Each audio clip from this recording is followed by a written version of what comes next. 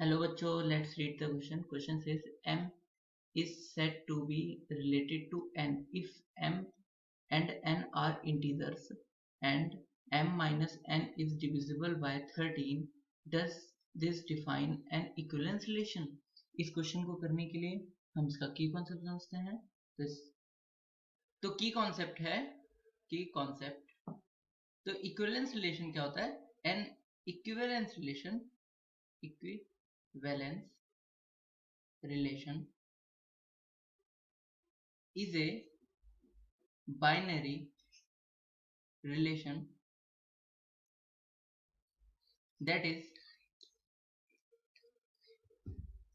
reflexive, transitive and symmetric को हम किसी रिलेशन को, बाइनरी रिलेशन को तब इक्विवेलेंस बोलते हैं जब वो रिफ्लेक्सिव, ट्रांजिटिव और सिमेट्रिक तीनों ही हो। अब रिफ्लेक्सिव क्या होता है? रिफ्लेक्सिव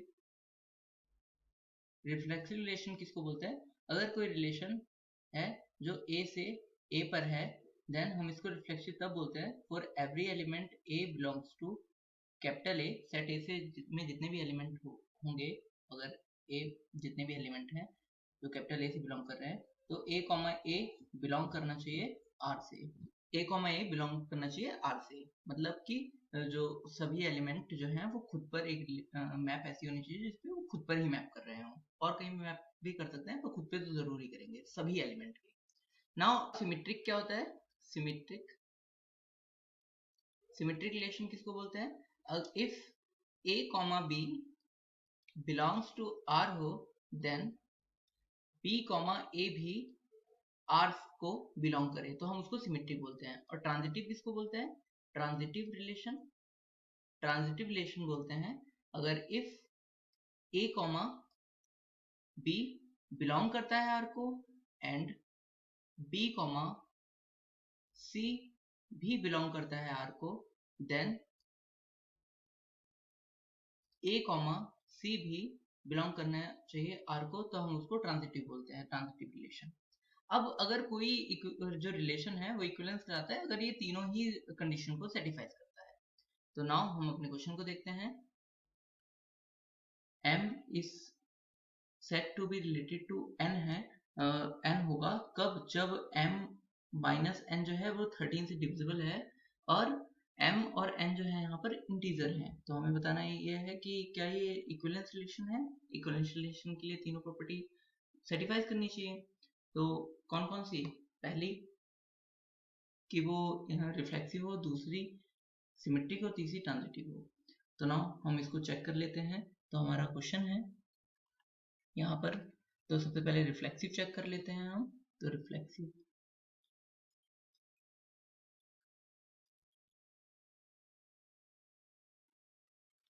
क्या होता है? सभी एलिमेंट जो सेट में बिलोंग कर रहे हैं उन सभी के लिए क्या होना चाहिए कि वो खुद के लिए ये कंडीशन सेटिस्फाई होनी चाहिए, मतलब a comma a belongs to r होना चाहिए। तो यहाँ पर अगर हम m एक इंटीजर लेट कर लेते हैं, m बिलोंग्स टू z, कोई इंटीजर है मतलब, तो m माइनस m क्या होगा? इक्वल टू 0 होगा, और 0 सभी नंबर से डिविजिबल होता है, तो 0 को छोड़कर तो सभी नॉन जीरो नंबर से डिविजिबल होता है। सो 0 इज, लिख सकते हैं m minus m is divisible by 13। सो हम ये कह सकते हैं कि जो m है m से रिलेटेड है, तो m is related to m, हम इससे डिनोट कर देते हैं। सो इम्प्लाइज ये करता है कि जो ये रिलेशन है वो कैसा है? रिफ्लेक्सिव है। सो relation is reflexive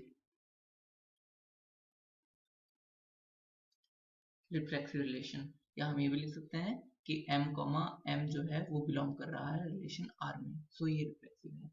now secondary हम चेक कर लेते हैं कि ये सिमेट्रिक है या नहीं है। तो सिमेट्रिक, अब सिमेट्रिक क्या होता है? अगर a b बिलोंग कर रहा है तो b a भी होना चाहिए। तो अगर कोई नंबर, पहले मैं लिख लेता हूँ, a b बिलोंग कर रहा है, अगर आर में, देन बी कॉमा ए भी बिलोंग करना चाहिए। अच्छा, ए कॉमा बी बिलोंग कर रहा है आर का मतलब ए रिलेटेड टू बी है। ए रिलेटेड टू बी होने का मतलब क्या है कि A minus B is divisible by 13 है, divisible by 13। Now A comma B जो डिविजिबल है बाय 13 मतलब 13 से डिविजिबल है। अगर मैं बोलता हूँ कोई नंबर किसी दूसरे नंबर से डिविजिबल है, जैसे मैं बोलता हूँ कि 26 डिविजिबल है 13 से, तो मैं इस 26 को क्या लिख सकता हूँ, 26 को लिख सकता हूँ क्योंकि ये 2 टाइम्स जाता है, तो 26 को लिख सकता हूँ 13 इंटू 2। इसका मतलब मैं इस नंबर को, जो नंबर डिविजिबल होता है उसको एक्सप्रेस कर सकता हूँ जिस नंबर से डिविजिबल है इंटू ये नंबर कोई एक इंटीजर के फॉर्म में। तो मतलब इसको मैं लिख सकता हूँ a minus B equals to 13 into N, और जहाँ पे n जो है वो एक इंटीजर है, n बिलोंग्स टू इंटीजर, कोई सा भी इंटीजर हो सकता है।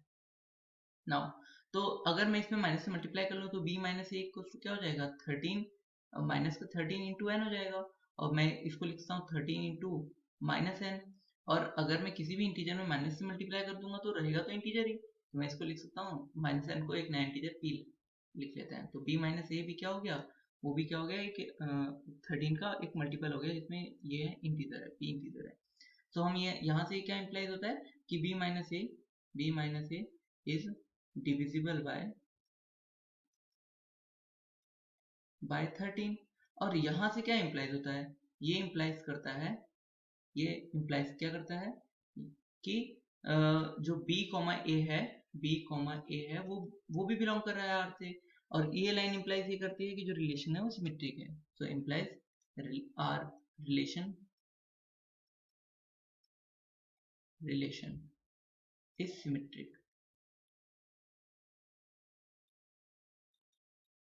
नाउ अब हमें नेक्स्ट चेक करना ये है कि ट्रांजिटिव है या नहीं है, तो ट्रांजिटिव के लिए हम ट्रांजिटिव चेक कर लेते हैं।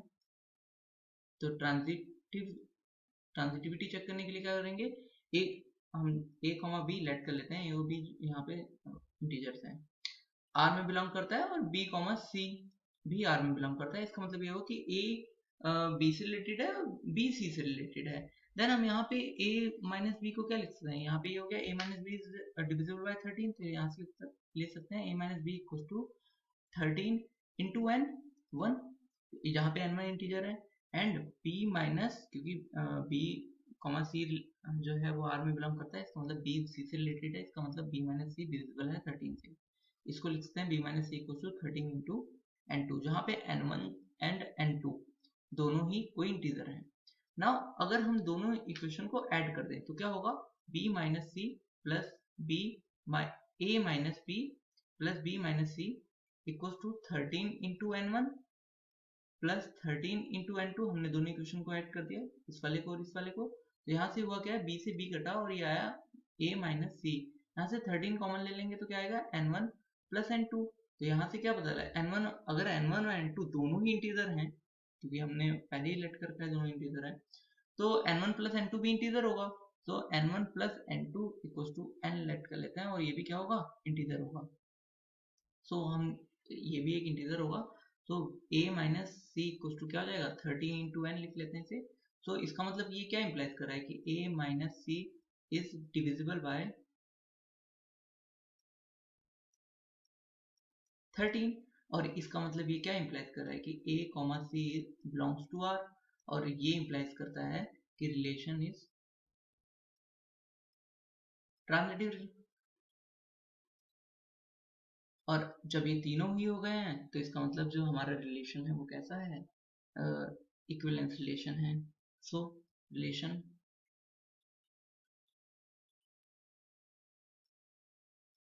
is an equivalence relation।